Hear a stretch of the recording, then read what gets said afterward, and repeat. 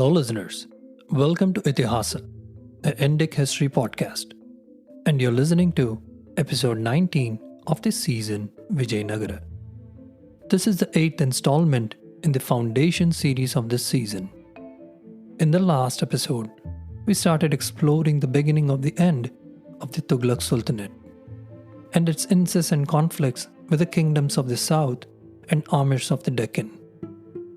We also looked at some of the foolhardy policies of Muhammud Bin Tughluq, which directly led to the Deccan amirs, transplanted by him, rebelling twice unsuccessfully. We had ended the previous episode with a reference to Muhammad Bin Tughluq's decision to implement the token currency system across the empire, which had a far-reaching impact on the health of the empire. And this is from where we will resume the story today in this episode and end it with the birth of Vijayanagara's Nemesis, the Bahamanis. As we know, subduing and administering an empire the size of Indian subcontinent requires humongous amounts of financing. And in those days, the main medium of exchange was either silver or gold. After the Tughluq Empire ballooned to the size of the subcontinent, there was a realization that the current revenues weren't going to be enough to fund the repeated military expeditions all over the empire to hold it together. But there was only so much bullion to go around. And due to the shortages, Muhammad Bin Tughluq proposed a radical idea of introducing token currency. Token currency is somewhat like fiat currency of today. A central authority designates and mints a particular medium as a legal tender, an acceptable medium of exchange for taxation, trade, and commerce purposes. So the Tughluq Sultan designated copper coins, which are also known as mohurs or tankas. These tankas were minted by a central treasury as the only acceptable currency, and the whole of the empire was forced to use it as a replacement of gold and silver. And anyone who showed reluctance to receive it was punished severely. What this policy led to was a huge rise in the forgeries of tankas across the empire. Forging the copper tankas had become literally a cottage industry, and the empire's financial system invariably got flooded with mountains of forged tankas.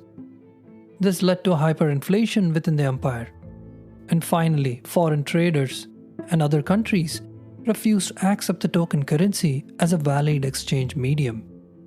And this currency became so worthless that the whole financial system was frozen in tracks. And the reality of the monumental failure of this economic policy finally dawned on the Sultan. He had no choice but to repeal his earlier edict and unfreeze the economy. He ordered that whoever possessed these copper tankas should bring them to the treasury and receive equivalent gold or silver coins in exchange. Let's look at an interesting excerpt from a famous Muslim chronicler, Ziauddin Barani, on this matter. Quote, "People who possessed thousands of these copper coins and had flung them into the corners along with their copper pots now brought them to the treasury and received in exchange gold and silver tankas, shashaganis, and duganis." Unquote. People profited greatly by this arrangement, and they became really wealthy. Great sums went out of the treasury in exchange for the copper, and a great deficiency was caused. For a long time, even after Muhammad bin Tughluq's reign, the copper coins remained lying in heaps in the palace of Tughlaqabad. Whether foolish or clever, it was a daring attempt by Muhammad bin Tughluq to introduce fiat currency in India way ahead of his time. The idea was sound, but the execution was completely botched, leading to a financial collapse which invariably led to anger against the Tughluqs. There is no doubt this would have poured fuel on the existing fires that were raging across the empire. leading to even more intense rebellions and attempts to bring down the Tughluqs all over the subcontinent. It is said that Muhammad bin Tughluq was inspired by his near contemporary Kublai Khan, who was the Mongol emperor of China. Kublai Khan was the first one to introduce paper currency in his empire, and it was a huge success. The reason Kublai succeeded was his flawless execution of the idea. He had ensured that the paper currency he put out in circulation would be very hard to forge, and he also made sure that any bullion exchange coming in or going out of his empire would only go through the central treasury. Kublai Khan also had a smart policy of buying out all the gold and silver that was in rotation at regular intervals, and that too at a handsome exchange rate that was very favorable to the seller. This encouraged the sellers to turn in their bullion for the paper currency, which then kept the whole system well oiled and only increased the value and legitimacy of the fiat currency system in vogue. In comparison, Muhammad bin Tughluq hadn't put in place any measures to make forging of his new token currency harder, which ultimately led to the entire currency system collapsing. Now that we understand the impact of Muhammad bin Tughluq's radical token currency policy, let's go back to the point where the Sultan decides to replace his empire's entire nobility with his own puppets from the poor strata of the society. If Tughluqi violence, flawed economic policy, and forced migrations across the empire was the fuse, then this policy to replace the nobility was a proverbial spark that lit the fuse, especially in the heart of his empire. We now jump to 1345 AD and the circumstances of this rebellion, which are really interesting. The Tughluq Sultan was told that there had been a huge embezzlement by the subordinates of the Viceroy of Deccan, Tughluq Khan, with the result being that the revenue of the Deccan provinces fell from crores and lakhs to a few thousands. It seems that there was a faction at the Tughluq court that hated Tughluq Khan's influence and reputation in the eyes of Muhammad bin Tughluq. It plotted against him by spreading this embezzlement lie. This faction at the court somehow gained influence over the Sultan and convinced him to recall the supposedly corrupt viceroy back to Delhi. The Sultan replaces Tughluq Khan with his own puppets. He especially sends a bloodthirsty lieutenant, Aziz Qamar of Malwa, to the Deccan with secret orders to not spare all those who had taken part in the plots against the empire. Aziz Qamar, on arriving in Dhar, the chief town of his division, summons 89 of the local amirs and tells them that the cause for the rebellions in the south were the amirs of Devagiri, or also known as Daulatabad. And to instill fear in anyone thinking of rebelling, Aziz has all the 89 local amirs executed for no fault of theirs. They were all executed just to send a message, in spite of being innocent. The result was, however, just the opposite of what had been expected by Aziz. All the amirs of the Deccan in Daulatabad, Gujarat and Maharashtra were filled with resentment and hatred against the Tughluq Sultan, who could have the innocents executed for the supposed faults of others. Shortly after this, the region of Gujarat rose in rebellion under the leadership of 4 local amirs and forced the provincial governor to flee from his post and retreat to Naharwala, or also known as Aniharwala. The rebels were so successful that they were able to capture the port of Cambay in Gujarat. After this, they defeated Aziz Qamar and had him executed at Baroda. This event forces Muhammad bin Tughluq to march on Gujarat in person to quell this rebellion. He defeats the rebel amirs on the banks of Narmada, and most of them flee either to Daulatabad or take refuge elsewhere. Many suspected disloyal amirs of Gujarat were rounded up and beheaded by Malik Maqbul, who was the trusted man of the Sultan. And whereas the Sultan levies heavy taxes on the population of Gujarat as a retribution. After successfully suppressing the rebellion of Gujarat, the Sultan sends his trusted men to the Deccan to invite the amirs of Raichur, Mudgal, Gulbarga, Bijapur, Ganjauti and Berar to Daulatabad, under the pretext of joining him on the campaign in Gujarat. The amirs of Deccan somehow sensed that they were probably being called to Gujarat in order to be ambushed and executed by the Sultan on arrival. But still, they decided to give a benefit of doubt to him and go to Daulatabad. From here, they joined a royal cavalcade that headed towards the city of Bharuch in Gujarat. On the first night of travel, all the Deccan amirs convene in the darkness of the night and discuss the situation they were in. And they come to the conclusion that they were definitely summoned by the Sultan to be executed. And so they decided to abort their trip. The next day, the Deccan amirs ambushed the Sultan's lieutenants who were escorting them and head back to Daulatabad immediately.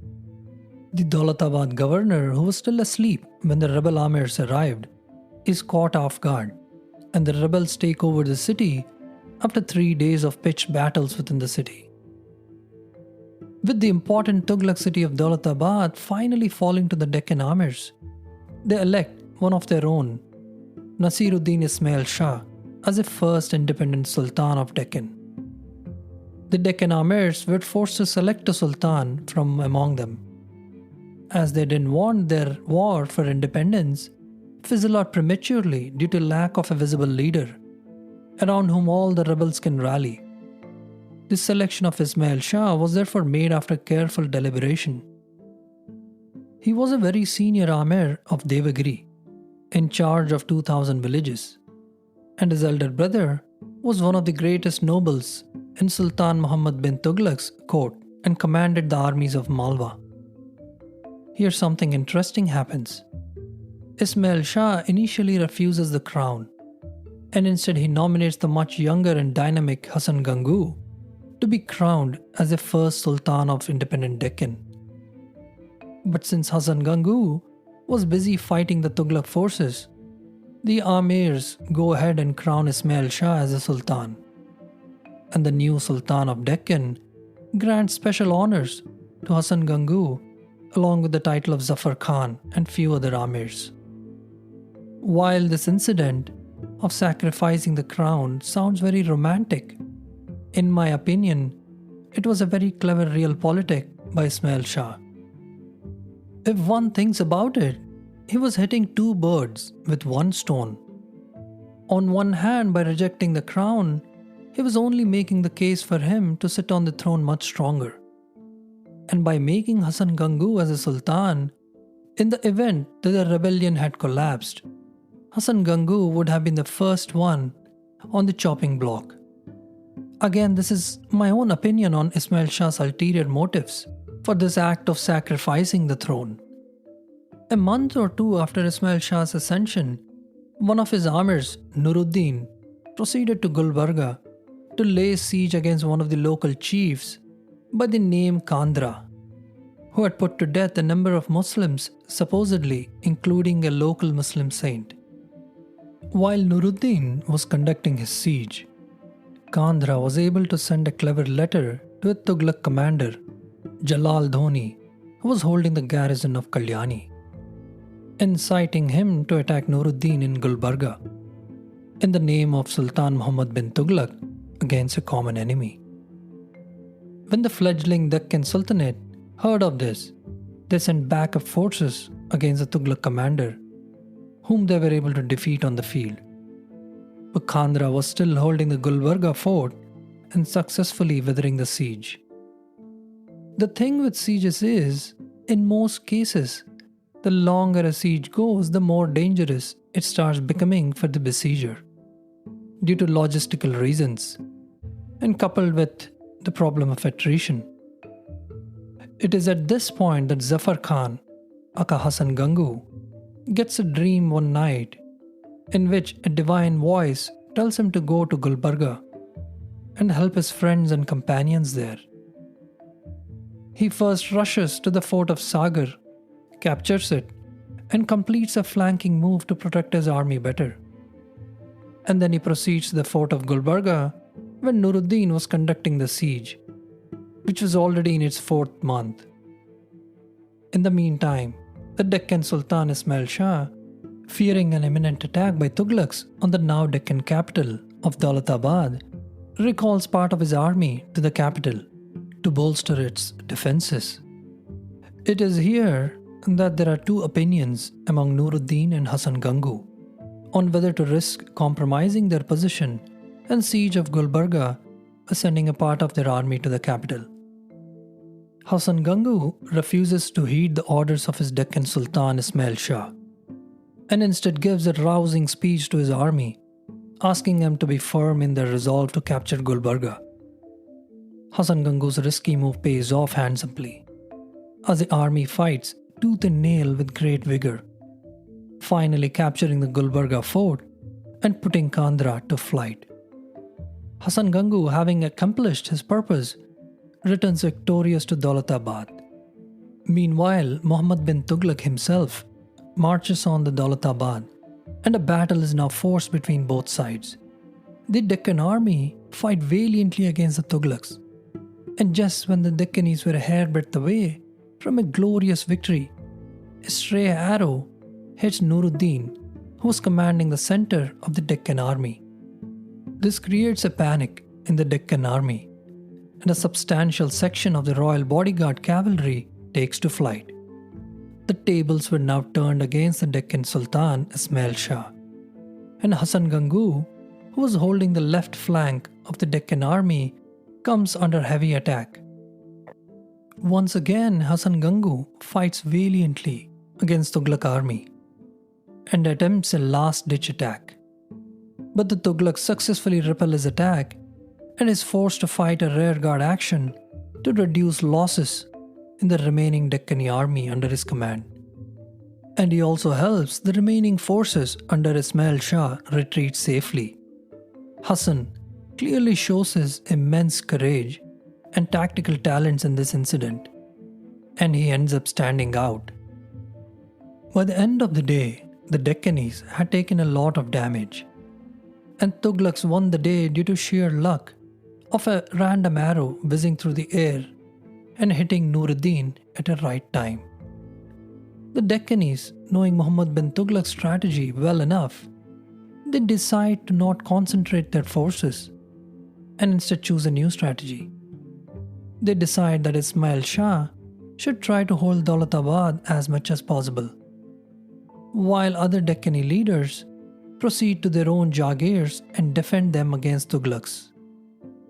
The idea of Deccanis was to deprive Muhammad bin Tughluq, a way to strike a decisive blow on them by spreading out. Tughluq would have to overstretch his forces and take a risk of getting tied up on multiple fronts, or maybe even ambushed. But the Deccan Sultan Ismail Shah found his position in the capital Daulatabad untenable, and he preemptively vacates it and then moves to a fortified place called Dharakera, which is in the modern-day Nandod district, Gujarat. He hoped that this fort could withstand a protracted siege by the Tughlaq army. The next day, Muhammad bin Tughluq occupies Daulatabad once again, which had been left undefended after Ismail Shah vacates it. The Muhammad bin Tughluq orders a general amnesty to all the political prisoners and then sends his trusted commanders, Malik Jauhar and Sheikh Burhan Bilarami, to lay siege against Dharakera, where Ismail Shah was holed up. Whereas another Tughlaq commander, Imudul Mulk Sartez, was sent to Gulbarga to capture it from Hasan Gangu. It was a two-pronged attack on Deccan Amirs, who were spread out. Tughlaq forces were forced to spread out too, and this was to Deccan Sultanate's advantage. While Ismail Shah was holed up in Dharakera, the Tughlaq commander Malik Jauhar started killing the earlier pardoned prisoners of war in Daulatabad and committing atrocities on its citizens as a retribution. Meanwhile, Hasan Gangu vacated Gulbarga as a part of a clever strategy and then went to Arka. The Deccan Amirs then convened at Arka, and Hasan Gangu proposed that they first launch an blitzkrieg attack against Malik Johar in Daulatabad and then tackle Imad Mulk Sartez wherever he was to be found. When Sartez heard that Hasan Gangu was marching to Daulatabad, he vacated Gulbarga and raced to intercept Hasan before he could reach Daulatabad. Hasan cleverly intercepts and ambushes Sartez's advance guard forces and defeats them near Daulatabad. And then Hasan marches to Bir, also known as Beed in Maharashtra, and captures it. From there, he captures a big granary at Mahava in Maharashtra near Godavari River. Here, Hasan Gangu gets intelligence that Sartez and his large army were spotted by his scouts at a place called Sindhatan in Deccan. He changes his tactics immediately, marches at a rapid pace to Sindhatan and catches Sartez by surprise. After some preliminary skirmishes between both the sides, Hasan Gangu's forces and 1,500 auxiliary cavalry sent by the Kaulas of Telangana launch a mass attack on the Tughluq commander Sartez and rout his forces completely. Here I have to make a small note about the Kaulas of Telangana who sent the auxiliary cavalry to Hasan Gangu. These Kaulas are the same Kaulas of the Kaulas fort in Telangana, which is 200 kilometers from Hyderabad. It is one of the most impregnable forts of Telangana and also one of the most contested forts during the medieval period. This fort, Kaulas Fort, was built in the 9th century by the Rashtrakutas. Then it was taken over by Chalukyas, then by Kakatiyas, then by Musunuri Nayakas, then by Bahamanis, then by Qutub Shahs, then by Mughals, then by Marathas, and then finally by Asif Jahis. So you see, there's a lot of history, and Kaulas were really important in this battle for Hasan Gangu. Now let's come back to the battle between Hasan Gangu and the Tughluq commander Sartez. So Sartez here tries to flee from the battlefield, but is hit by an arrow, then captured by a Deccani soldier and beheaded on the spot. With the fall of its commander, the remaining Tughluq army lays down its weapons and surrenders to Hasan Gangu. As a result, huge amounts of weapons, treasure, fine horses, and thousands of female and male slaves are captured by the Deccan army. With this decisive defeat, Muhammud Bin Tughluq's attempts to defeat the rebels and the nascent Deccan Sultanate were completely foiled. And this also saw the mettle of a young and dynamic Hasan Gangu being tested successfully against the mighty Muhammad bin Tughluq himself. This made him a popular war hero in the Deccan, and he was given a grand royal welcome befitting the occasion by its Sultan Ismail Shah as he entered Daulatabad. The Deccan Sultan Ismail Shah also realized the extent of Hasan Gangu's popularity and status that he acquired after brilliant display of his tactics and courage in the battles with Tughluq overlords. A fortnight after Hasan's arrival in Daulatabad, Ismail Shah called a meeting of all of the powerful men in Deccan and announced his decision to abdicate the throne in favor of Hasan Gangu. This second-time sacrifice of the throne too, as romantic as it may sound, the reality is Ismail Shah's old age and his ineptitude made it really difficult for him to hold on to the throne. In the face of Hasan Gangu's back-to-back successes, talents and immense popularity among the soldiers, nobility and people, it was only very difficult for Ismail Shah to be in the shadow of Hasan Gangu. With that, the army and all of the nobility present in the court unanimously elected Hasan Gangu, alias Zafar Khan, as a new sultan with the title Alauddin Hasan Bahman Shah. The Alauddin was a reference or an ode to the Alauddin Khilji previously.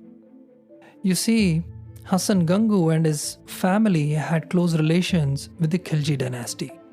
So Hasan was officially crowned in 1347 AD in the mosque of Qutbuddin Mubarak Shah Khilji. It is said that the new Sultan Bahman Shah selected one of the auspicious days chosen by Hindu astrologers instead, which also happened to be a Friday.